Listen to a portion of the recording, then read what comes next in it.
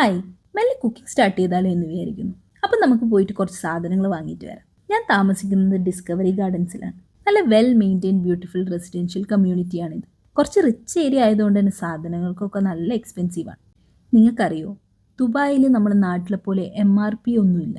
ഓരോ ഏരിയയും ഷോപ്പും അനുസരിച്ചിട്ട് പ്രൈസും മാറും.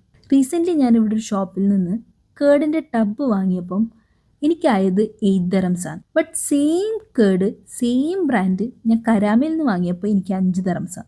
അപ്പോൾ ChatGPT ചോദിച്ചപ്പോഴാണ് പറഞ്ഞത് ഇവിടെ MRP ഇല്ല എന്നുള്ള സത്യം. ഇന്ത്യയിൽ നിന്ന് വന്ന എനിക്ക് ഇതൊരു ഷോക്കിംഗ് ആയിരുന്നു. ഫസ്റ്റ് ടൈം കുക്കിംഗ് സ്റ്റാർട്ട് ചെയ്യുന്നതുകൊണ്ടും കുറേ സാധനങ്ങൾ വാങ്ങാനുള്ളതുകൊണ്ടും ഞാൻ വിചാരിച്ചു കരാമയിൽ പോയിട്ട് വാങ്ങാമെന്ന്. നമുക്ക് കുറച്ച് ലാഭിക്കാൻ പറ്റുമോ നോക്കാം. നാട്ടിൽ നിന്ന് വരുമ്പോൾ ചട്ടിയും കലമൊന്നും എടുക്കാനുള്ളൊരു സ്പേസ് ഉണ്ടായില്ല. പിന്നെ എല്ലാ സാധനങ്ങളും ഇവിടെ കിട്ടുന്നതുകൊണ്ട് ഞാനൊന്നും കൊണ്ടുവരാൻ നിന്നില്ല.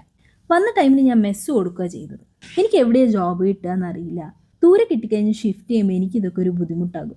വന്ന ടൈമിൽ ഇതിനൊരു ഹ്യൂജ് ഇൻവെസ്റ്റ്മെൻറ്റ് ചെയ്യുന്നത് ഒരു മണ്ടത്തരമായിട്ട് തോന്നി. കാരണം നമ്മളൊരു ഭാഗ്യപരീക്ഷണത്തിന് വന്നതല്ലേ. ഈ 2 months കൊണ്ട് ജോബ് കിട്ടുമോ എന്നറിയില്ല. പിന്നെ തിരിച്ചു പോകേണ്ടി വന്നു കഴിഞ്ഞാൽ ഇതൊന്നും നാട്ടിൽ കൊണ്ടുപോകാനും പറ്റില്ല. പിന്നെ നമ്മൾ കൊണ്ടുവന്ന പൈസ വെച്ചിട്ട് വേണം ഇതൊക്കെ വാങ്ങാനും.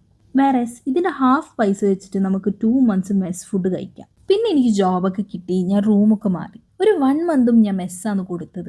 കാരണം ഷിഫ്റ്റ് ചെയ്യുമ്പോൾ ഡെപ്പോസിറ്റ് അത് ഇതൊക്കെ പറഞ്ഞ് നല്ല പൈസ കൊടുത്തു. കരാമയിൽ പോലെ കുറേ മെസ് ഓപ്ഷൻ ഒന്നും ഉണ്ടായില്ല. ഒരു ഫ്രണ്ട് പറഞ്ഞ മെസ്സിലാണ് ഞാൻ കൊടുത്തത്. ഞാൻ കൂടുതൽ റിസർച്ച് ഒന്നും ചെയ്തില്ല. ഫസ്റ്റ് വീക്ക് വലിയ കുഴപ്പമുണ്ടായിരുന്നില്ല. പിന്നെ അങ്ങോട്ട് നല്ല ദുരന്തമായിരുന്നു. മൊത്തത്തിൽ കുറ്റം പറയാൻ പറ്റൂല. ചില ഫുഡൊക്കെ നൈസായിരുന്നു. 3 weeks കഴിയുമ്പോഴേക്കും എനിക്ക് മെസ് ഫുഡ് മതിയായി. മെസ്സിൻ്റെ പേര് പറയാൻ താല്പര്യമില്ല.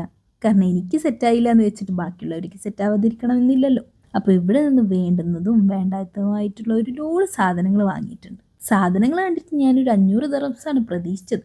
ബട്ട് ഒരു 300 ദറംസിൽ ഒതുങ്ങി. സോ നമ്മൾ ലാഭിച്ചു ഗൈസ്. തിരിച്ചു പോകുമ്പോൾ ഫ്രണ്ടാണ് ഇറക്കി തന്നത്. അപ്പം നല്ലൊരു ബ്യൂട്ടിഫുൾ സൺസെറ്റൊക്കെ കണ്ട് ഞാൻ വീടടങ്ങി. ഇടയ്ക്കൊക്കെ ഞാനൊരു കുക്കിംഗ് വീഡിയോസൊക്കെ ആയിട്ട് വരാം. അപ്പോൾ എല്ലാവരും സബ്സ്ക്രൈബ് ചെയ്യാൻ മറക്കണ്ട.